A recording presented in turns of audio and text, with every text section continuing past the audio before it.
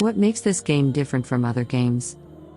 To be honest, it's not one thing, it's multiple things. If we are going to talk about a couple of points, I'm gonna say the first point here is the ability to move literally everywhere, like freedom of movement.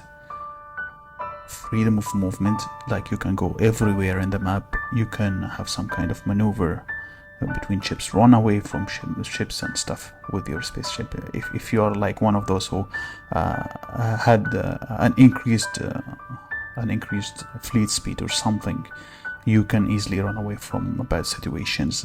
Point number two, which is rare to be found in any game, is the retreat function. Like if you find yourself in a bad situation and you don't know what to do, you can just click retreat and run away with the minimal losses without losing your entire fleet, and it will automatically teleport you somewhere else on the map. One more thing that is actually unique to this game, unlike many other games, like in general, I know that games, no matter what right now, games are moving towards the pay elements, but when it comes to this game, you can focus only on one fleet, and you do not need to focus on more than one fleet. So at one point you will be powerful. Of course, to be honest, you are not going to be like as strong as someone who's like spending a lot of money, but by the end of the day there is a progress, and it's a team game. It's never a single. This single person is no longer a great factor in it, because most of the maps nowadays require your full team. So your activity, even if you are facing a big giant whale, or what they call it, a spinner or something, it will never affect you if your team is active, and like that's what actually matters. Which again takes us to the last feature, which is again rare but only found in a couple of games, which is the swarm.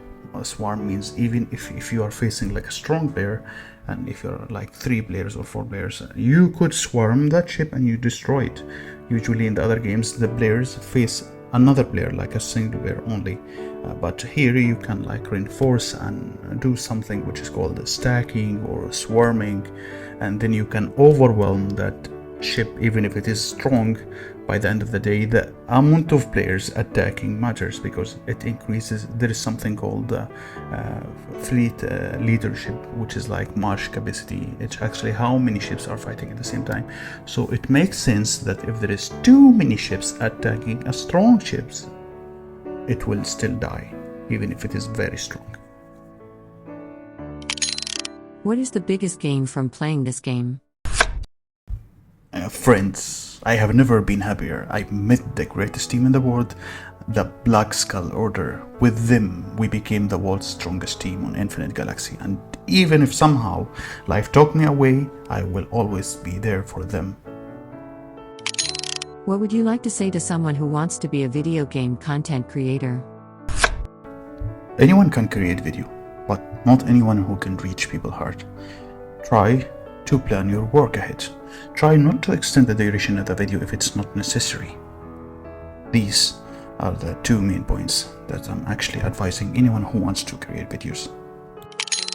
What would you like to say to the developers? Please allow us to have the reset ship, the blueprint thing again one more time.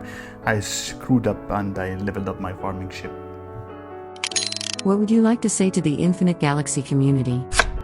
As someone who plays and creates content, I can tell you that Camel listens to the voice of community, even if it looked like a slow response from their side. You can check many examples on the Discord feedback section, and even the recent event, our newest event, the Cosmic. When you try to create a feedback, try to make it an constructive one, and think about it from a business perspective too.